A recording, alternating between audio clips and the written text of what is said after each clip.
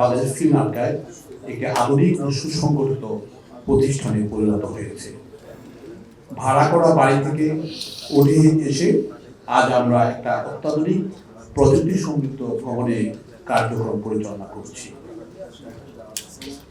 দীর্ঘ এই অভিযাত্রায় আমরা সরকারের নীতি নির্ধারক, চলচ্চিত্র সেবী, চলচ্চিত্র পর্দা, চলচ্চিত্র কর্মী, নির্মাতা, গবেষক, পরিচালক, শিল্পী, কলাকুশলী সহ অনেকের মেধা, নিঃস্বার্থ পরিশ্রম, ভালোবাসা, নৈতিক এবং মানবিক সমর্থন পেয়েছি।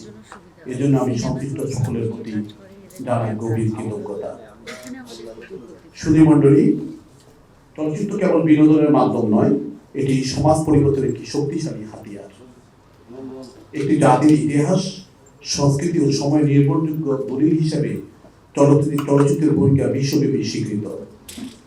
বাংলাদেশ ফিল্ম আর্কাইভ সেই দলিল সংগ্রহ ও সংরক্ষণের ঐতিহাসিক দায়িত্ব কাঁধে নিয়ে প্রতিষ্ঠা লগ্ন থেকে নিরলসভাবে কাজ করে যাচ্ছে। চলচ্চিত্রের ইতিহাস কম বেশি আপনাদের সকলেরই জানা। অষ্টাদশ শতকের শেষ ভাগে চলচ্চিত্রের যাত্রা শুরু হয়েছিল। 1895 সালে বিশ্বের প্রথম চলচ্চিত্র দ্য লুমিয়ার্স ব্রাদার্স নির্মিত হয়েছে। এর আবেদন পরপরই সারা বিশ্বে ছড়িয়ে পড়ে। বাংলাদেশের প্রথম সবাক চলচ্চিত্র মুখ ও মুখোশ নির্মিত হয়েছে 1956 সালে।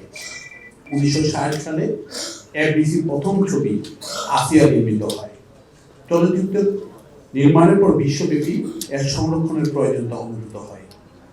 1935 সালে ফ্রান্সে প্রতিষ্ঠিত হয় বিশ্বের প্রথম ফিল্ম আর্কাইভ। বিলম্ব হলেও বাংলাদেশ এই কার্যক্রমের সাথে সংযুক্ত হয়েছে 1978 সালে। তখন আমাদের এই প্রতিষ্ঠানের নাম ছিল Bangladesh film institute and archive. পরবর্তীতে 1984 সালে বাংলাদেশ ফিল্ম আর্কাইভ নামে এটি আত্মপ্রকাশ করে।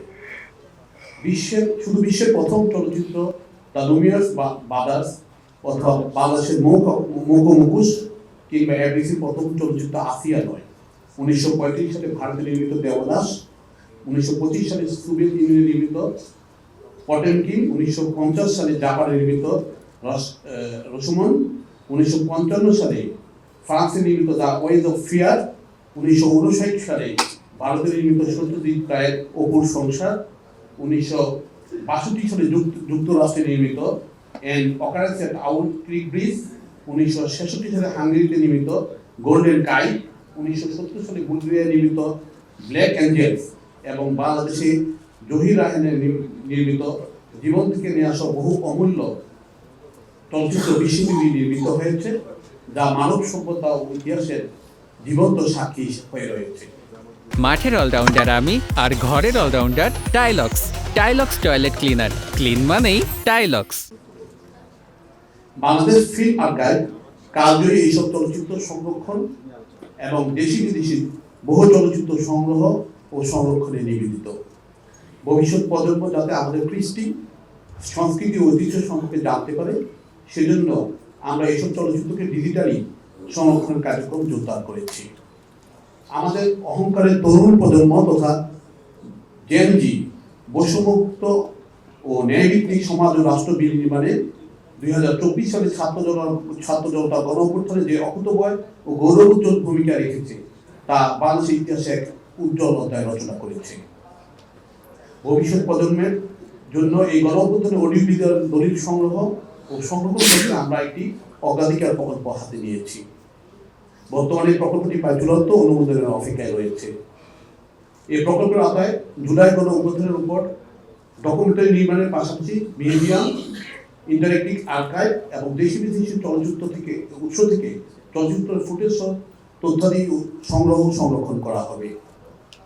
পাশাপাশি এইসব অডিও ভিজুয়াল দলিল সংরক্ষণ ও প্রদর্শনের জন্য আধুনিক সুবিধাদি সংযুক্ত করা হবে।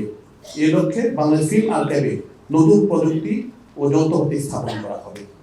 এর মাধ্যমে বাংলাদেশ ফিল্ম আর্কাইভের সক্ষমতা আরও সুসংহত হবে বলে আমি দৃঢ়ভাবে বিশ্বাস করি।